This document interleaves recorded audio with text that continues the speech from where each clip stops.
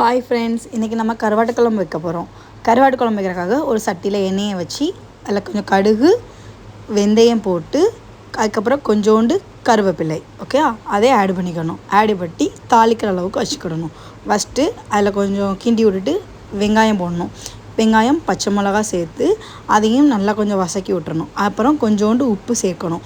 உப்பு சேர்த்துட்டு அதையும் கொஞ்சம் நல்லா கிண்டி விட்டு அப்புறம் கொஞ்சோண்டு வெள்ளைப்பூடு அதுக்கப்புறம் கொஞ்சம் தக்காளி வெள்ளைப்பொடியை சேர்த்து கிண்டி விட்டுட்டு கொஞ்சம் நல்லா பொன்னிறமாக வந்தோடனே தக்காளியை சேர்த்துடணும். தக்காளியை சேர்த்ததுக்கப்புறம் நன்றாக வதக்கி கொள்ளணும். வதக்கினக்கப்புறம் நமக்கு தேவையான முருங்கைக்காய் கத்திரிக்காய் கருவாட்டு குழம்புக்கு தேவைப்படும்ல அதையும் வச்சு அதையும் நல்லா வதக்கி விட்டுக்கணும். நல்லா நல்லா அழகாக வர அளவுக்கு வதக்கி விட்டுட்டு ஆச்சி குழம்பு மசாலாவை எடுத்து போட்டுட்டு அதையும் நல்லா கிண்டி விட்டுக்கிடணும். ஆச்சி மசாலா நல்லாயிருக்கும், டேஸ்ட்டாகவும் இருக்கும், சுவையாகவும் இருக்கும். அதையும் நன்றாக வதக்கி வைத்து கொள்ள வேண்டும்.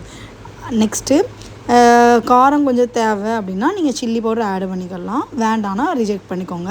அதுக்கப்புறம் அதையும் நல்லா கிண்டி விட்டுட்டு ஒரு எலுமிச்சம்பழம் சைஸ் அளவுக்கு புளியை நல்லா கரைச்சி வச்சு அதையும் நல்லா புளிஞ்சி அதில் ஊற்றிக்கிடணும். ஊற்றிட்டு எனக்கு தேங்காய் ஊற்றினா குழம்பு பிடிக்கும்னு நான் தேங்காய் அரைச்சி வச்சுருக்கேன். அதையும் சேர்த்து நல்லா வதக்கி விட்டுடணும். வதக்கி விட்டினக்கப்புறம் நல்லாயிருக்கும். அதுக்கப்புறம் நல்லா கொதித்து வரும்போது கருவாடு சேர்க்கணும். கருவாடு பாருங்கள் எவ்வளோ அழகாக இருக்குது, பார்க்கும் போதே எவ்வளோ டேஸ்ட்டாக இருக்குதா, எனக்கே சாப்பிடணும் போல் இருக்குங்க. உங்களுக்கு இருக்காதா? அதுக்கப்புறம் கொதித்து வரும்போது பார்த்தா கருவாட்டு குழம்பு ரெடி. சாப்பிட்டு பார்த்துட்டு நீங்களும் எப்படி இருக்குன்னு சொல்லுங்கள். இதே மாதிரி செஞ்சு பாருங்கள், நல்லாயிருக்கும்.